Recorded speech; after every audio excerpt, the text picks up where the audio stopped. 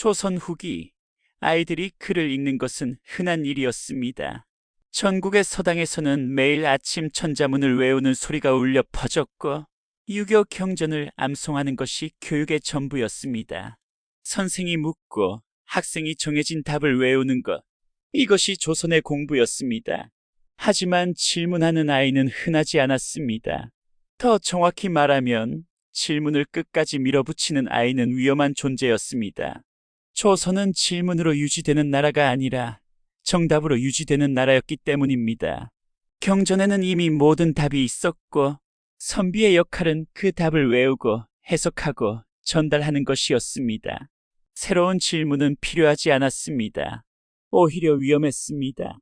그리고 바로 그 이후로 한 집안의 아이들은 점점 조선의 눈엣 가시가 됩니다. 경기도 광주 마현이라는 작은 마을, 이곳에 대대로 학문을 하던 가문이 있었습니다. 정약용 가문, 조선이 두려워하기 시작한 아이들이 자라나는 집이었습니다. 이 집안은 대대로 책을 모았습니다. 조선의 경전뿐만 아니라 중국에서 들어온 새로운 학문 서적, 심지어 서양의 과학책까지 은밀히 구해 읽었습니다. 아버지 정재원은 아이들에게 말했습니다. 책을 읽되 의심하라. 의심하되 근거를 찾아라. 이것은 조선의 전통적인 교육 방식과 완전히 달랐습니다. 이 이야기는 훗날 실학자로 불리게 되는 정약용에서 시작되지 않습니다. 오히려 그의 형들, 정약현, 정약전, 그리고 그들이 어린 시절 보여준 몇 개의 장면에서 시작됩니다. 이 집안의 아이들은 단순히 글을 빨리 읽는 수준이 아니었습니다.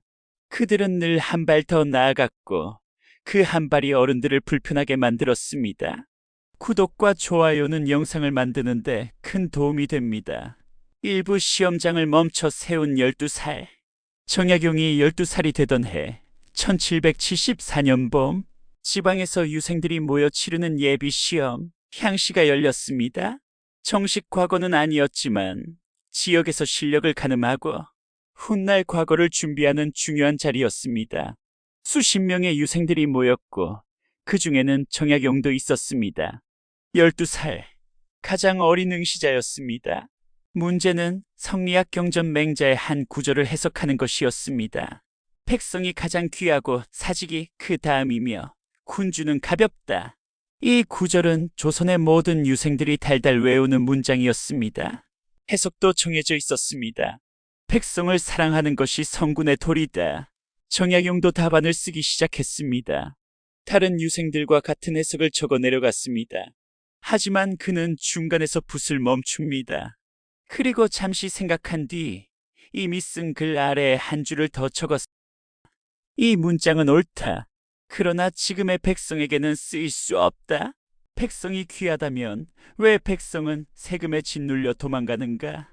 시험관은 답안을 걷어 읽다가 정약용의 답안에서 멈춥니다.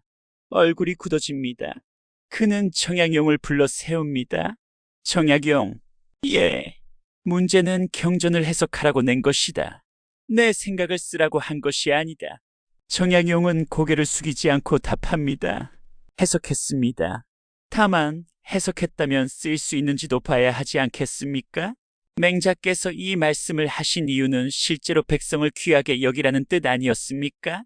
시험관은 할 말을 잃습니다. 논리는 틀리지 않았습니다. 하지만 이것은 시험에서 해야 할 답변이 아니었습니다. 그 순간 시험장 전체가 조용해졌습니다. 다른 유생들은 숨죽이며 이 장면을 지켜봅니다. 누구도 그 말을 반박하지 못했습니다. 시험관은 결국 말합니다. 답안은 접수하겠다. 자리로 돌아가라. 시험은 한동안 중단되었고 어른들은 모여서 정약용의 답안을 두고 논쟁합니다. 재능은 있으나 버릇이 없다. 어린 나이에 분수를 모른다. 하지만 글 실력만큼은 뛰어나다. 결국 정약용은 합격도 탈락도 아닌 보류라는 애매한 기록으로 남습니다. 그날 이후 그는 공부 잘하는 아이가 아니라 문제를 만드는 아이로 불리기 시작합니다. 그 집 아이는 답보다 질문이 많더라. 경전을 의심한다더라. 위험한 아이다. 이 사건은 조용히 하지만 빠르게 퍼졌습니다.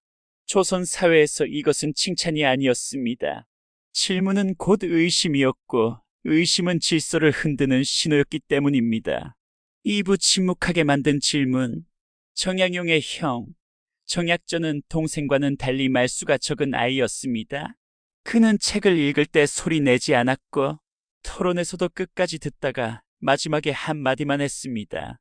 하지만 그 한마디가 늘 자리를 멈추게 만들었습니다. 정약전이 15살이 되던 해 1773년 가을 집안에 여러 유학자들이 모여 토론을 벌이던 날이 있었습니다. 당시 조선 사회에서는 지식인들이 정기적으로 모여 경전을 읽고 시사를 논하고 학문을 토론하는 것이 전통이었습니다. 그날의 주제는 백성은 왜 가난한가였습니다. 어른들은 하나같이 비슷한 말을 합니다. 백성의 마음가짐이 문제다. 근면하지 않으니 가난한 것이다. 예를 모르고 욕심만 부리니 궁핍한 것이다. 이것은 당시 지배적이던 견해였습니다. 가난은 개인의 문제이고 도덕의 문제라는 것이었습니다. 정약전은 한참을 조용히 듣고 있었습니다. 형들과 아버지의 친구들이 이야기하는 것을 끝까지 듣고 차를 마시고 책장을 넘기면서 그리고 마침내 입을 엽니다. 그렇다면 세금을 정한 사람도 게으른 겁니까? 방안이 얼어붙습니다. 누구도 바로 대답하지 못합니다. 정약전은 계속 말합니다. 백성이 게으르면 가난하다 하셨습니다. 하지만 부지런히 농사를 지어도 세금을 내고 나면 아무것도 남지 않습니다. 그렇다면 문제는 백성의 부지런함이 아니라 세금의 양 아닙니까? 아무도 대답하지 못합니다. 누군가는 차를 마시고 누군가는 책을 펼치고 누군가는 기침을 합니다. 정약전은 목소리를 높이지도 공격하지도 않았습니다. 단지 질문했을 뿐입니다. 하지만 그 질문은 논의의 바닥을 드러냈습니다. 한 어른이 결국 말합니다. 아직 어린 나이에 정사를 논하는 것은 적절치 않다. 그날 이후 정약전은 말을 시키기 꺼려지는 아이가 됩니다. 집안 모임에서도 그에게는 질문하지 않았고 토론에도 끼워주지 않았습니다. 그는 위험한 질문을 하는 아이였기 때문입니다. 하지만 정약전은 멈추지 않았습니다. 오히려 혼자 더 깊이 파고들었습니다. 세금제도, 토지제도, 신분제도. 그는 조선의 구조를 들여다보기 시작했습니다. 이 사건은 집안 어른들에게도 경고였습니다. 아이들이 너무 멀리 가고 있다는 신호였습니다. 지식을 넘어서 구조를 보고 있었기 때문입니다. 조선이 가장 두려워하는 유형의 사고였습니다. 왜? 라는 질문은 결국 누구를 위한가? 라는 질문으로 이어지기 때문입니다. 삼부왕 앞에서 선을 넘다. 시간이 흐르고 조선의 새로운 왕이 옵니다. 정조, 개혁을 꿈꾸고 실력 있는 인재를 찾던 왕이었습니다. 정약용은 1783년 22살의 나이로 과거에 급제합니다. 능력을 인정받았고 곧 정조의 눈에도 띕니다. 정조는 정약용을 여러 직책에 임명하며 시험합니다. 암행어사, 곡산부사, 형조참의. 정약용은 모든 직책에서 뛰어난 성과를 냅니다. 하지만 그의 보고서는 늘 불편한 진실을 담고 있었습니다. 어느 날 정조가 젊은 관료들을 불러 직접 질문을 던진 자리에서 사건이 벌어집니다. 1795년 창덕궁 주암루. 정조는 신하들 앞에서 말합니다. 법은 엄해야 나라가 바로 선다. 법이 약하면 백성이 흩어진다. 대부분의 신하들은 고개를 끄덕입니다. 성상의 말씀이 지당하십니다. 법이 있어야 질서가 바로 섭니다. 이것은 안전한 대답이었습니다. 왕의 뜻을 거스르지 않고 정답을 말하는 것. 하지만 정약용은 고개를 끄덕이지 않습니다. 잠시 침묵하다가 조심스럽게 입을 엽니다. 전하, 말하라, 정약용. 엄한 법이 나쁜 것은 아닙니다. 다만 잘못 만든 법이 엄하면 백성은 숨을 곳이 없습니다. 법이 백성을 위한 것이라면 먼저 법이 옳은지 살펴야 하지 않겠습니까? 순간 공기가 얼어붙습니다. 왕의 말에 정면으로 반박한 셈이었기 때문입니다. 신하들은 고개를 숙였고 누군가는 선을 넘었다고 생각했습니다. 저 아이는 끝이다. 왕 앞에서 감히. 숨소리조차 조심스러운 침묵이 흘렀습니다. 하지만 청조는 노하지 않습니다. 오히려 잠시 청약용을 바라보다 작게 미소 짓습니다. 그래서 내가 필요하다. 다른 이들은 법을 지키라 하지만 너는 법이 옳은지 묻는구나. 이 장면은 청양용 가문의 운명을 상징합니다. 필요하지만 동시에 위험한 존재. 조선은 그들을 쓰고 싶었지만 끝까지 받아들일 용기는 없었습니다. 청조가 살아있는 동안에는 그들을 보호할 수 있었습니다. 하지만 청조가 사라지면 사부 두려움은 처벌로 바뀌었다. 1800년 6월 28일 청조가 갑자기 세상을 떠납니다. 49세의 나이였습니다. 균형은 순식간에 무너집니다. 청양용 가문을 보호하던 마지막 장치가 사라진 것입니다. 그동안 쌓였던 불안과 경계심이 한꺼번에 폭발합니다. 1801년 신유박해가 시작됩니다. 표면적 이유는 천주교였습니다.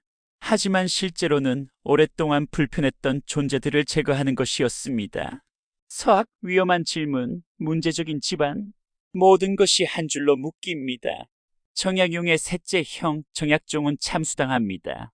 정약전은 흑산도로 유배됩니다. 정약용은 강진으로 유배됩니다.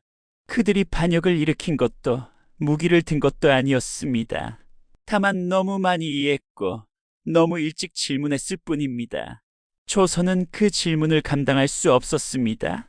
유배지, 강진, 정약용은 1801년부터 1818년까지 18년을 이곳에서 보냅니다. 처음에는 절망이었습니다. 모든 것을 잃었고 가족과도 떨어졌으며 평생 쌓아온 관직도 사라졌습니다. 하지만 그는 다시 붓을 듭니다. 이번에는 왕을 위한 글이 아니었습니다. 법이 백성을 어떻게 괴롭히는지, 제도가 누구를 위한 것인지, 조선이 왜 이렇게 되었는지, 그는 500여 권의 책을 씁니다. 목민신서, 경세유표, 흠음신서, 정약전 역시 흑산도에서 멈추지 않았습니다. 조선의 중심이 아닌 변두리에 남겨진 것들을 기록합니다. 바다의 물고기, 섬의 식물, 백성들의 살, 아무도 관심 갖지 않던 것들을 하나하나 적어 내려갑니다. 그의 책 자산어보는 조선 최초의 해양생물 백과사전이 됩니다. 유배는 처벌이었지만 동시에 조선이 외면한 현실을 직접 보는 시간이었습니다.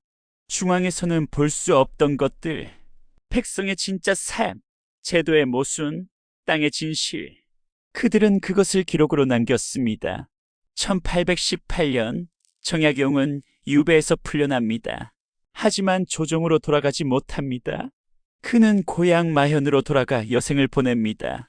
제자를 가르치고 책을 쓰고 조용히 살다가 1836년 75세의 나이로 세상을 떠납니다. 맺은 말 질문의 유산. 이 집안의 아이들은 조선을 바꾸지 못했습니다. 그들의 질문은 받아들여지지 않았고 그들의 개혁안은 실행되지 않았습니다. 하지만 그들은 분명히 보여주었습니다. 조선이 무엇을 두려워했는지를. 질문, 이해, 그리고 검증. 그것은 조선에게 재능이 아니라 위협이었습니다. 조선은 질문하는 아이들을 견디지 못했습니다. 왜냐하면 그 질문은 결국 구조를 향하기 때문이었습니다. 정양용 가문은 말합니다. 천재가 위험한 것이 아니라 질문을 감당하지 못하는 사회가 위험하다고. 그리고 그 진실은 그들이 쫓겨난 뒤에야 더 분명해졌습니다. 조선이 두려워한 것은 아이들의 머리가 아니었습니다. 그들이 던진 질문이었습니다. 질문은 칼보다 날카로웠고 군대보다 위협적이었습니다.